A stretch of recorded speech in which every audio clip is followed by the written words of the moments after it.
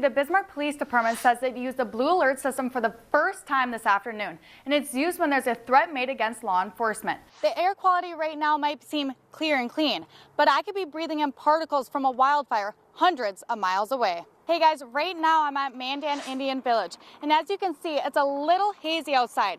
The visibility is 2.5 miles, which is really low. The Legislative Chamber doesn't have a workplace harassment policy, so today they started building from the ground up. Hey Alyssa, it's not that bad. It's a little cold and windy, but the road conditions aren't terrible. The proposed plan is to get the Morton Mandan Public Library moved from this building over to the Miracle Mart building across the street. Frostbite can happen in a matter of moments. More on that. That's right, Kevin. Frostbite is most common on fingers, toes, ears, cheeks, nose, and chins. Even if you weren't from Wishick, everybody came down to enjoy some sauerkraut. BNSF says they're responsible for owning, operating, maintaining, and replacing this structure behind me. Now the Haunted Fort is offering the battlefield, where you can take out your fear on live zombies. I'm standing here at the Walk Up Dairy Queen because it must be summertime. At this station, students are learning the importance of worms and how they revitalize the soil. 500 people showed up to Tatley's Eagle Park to get messy for childhood cancer. This is the second year of Mess Fest. It was a great day to roll around in mud and get colorful by throwing Jell-O. A lot of kids are fighting different battles right now, and it's really not to get upset about getting messy or things that we would get in trouble for. It's really just enjoy a day of getting as messy as we can because things could be a lot worse. Mess Fest is all about letting the kids have fun and be kids. Take a morning or take a few hours to just really realize that compared to childhood cancer, what we're dealing with every day is no big deal. It wasn't just for the kids. Parents got their hands dirty as well. And so it's kind of just a chance to relax and have a good time. But it's nice to see that all these people come out for something like this to support a good cause. Mess Fest hopes to become a yearly event. The city of Bismarck provided a water truck to hose people off. All the proceeds collected go back to the Brave the Shade Foundation and Ty Lewis Campos Foundation. Back to you in the studio. Officials continue to work against the clock to clean up the Maine Dakota Access Pipeline camp. While protesters are gone, some family members are stuck behind. It's extremely sad being these guys left behind, but Furry Friends offers hope. I mean, there's so much hope within Furry Friends as far as these puppies finding homes.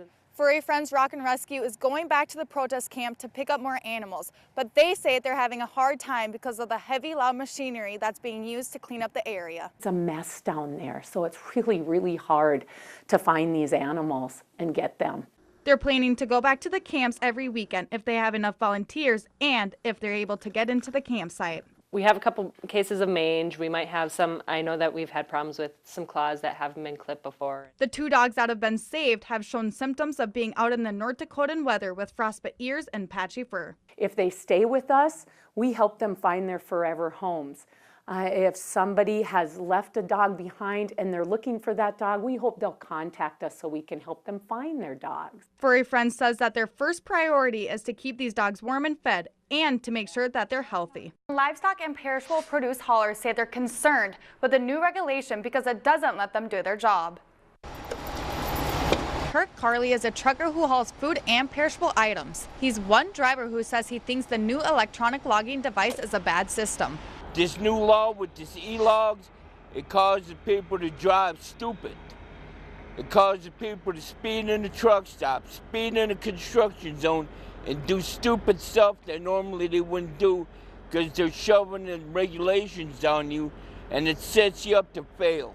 The new ELD regulation says that when haulers drive farther than 150 air miles from their source, they would have 11 hours to get to their destination. Those 11 hours would all be logged on the new ELD devices. Egg industry leaders say this is a health and welfare concern for animals. Our focus always has been on safety. Safety for our drivers, safety for others on the road, and safety for our livestock. And that the implications of the hours of service requirements that are connected with the electronic logging device mandate are very concerning to us. Doug Goring, the state's agriculture commissioner, says the rule is a disadvantage to entrepreneurs and small and medium businesses that are delivering goods and services across the nation. I mean, this may fit for Macy's and for Walmart, but is it really fair to everybody else? Goring also says consumers could be paying more because of the new rules. The USDOT announced yesterday that it would further delay implementation of the mandate for agricultural transportation for 90 days.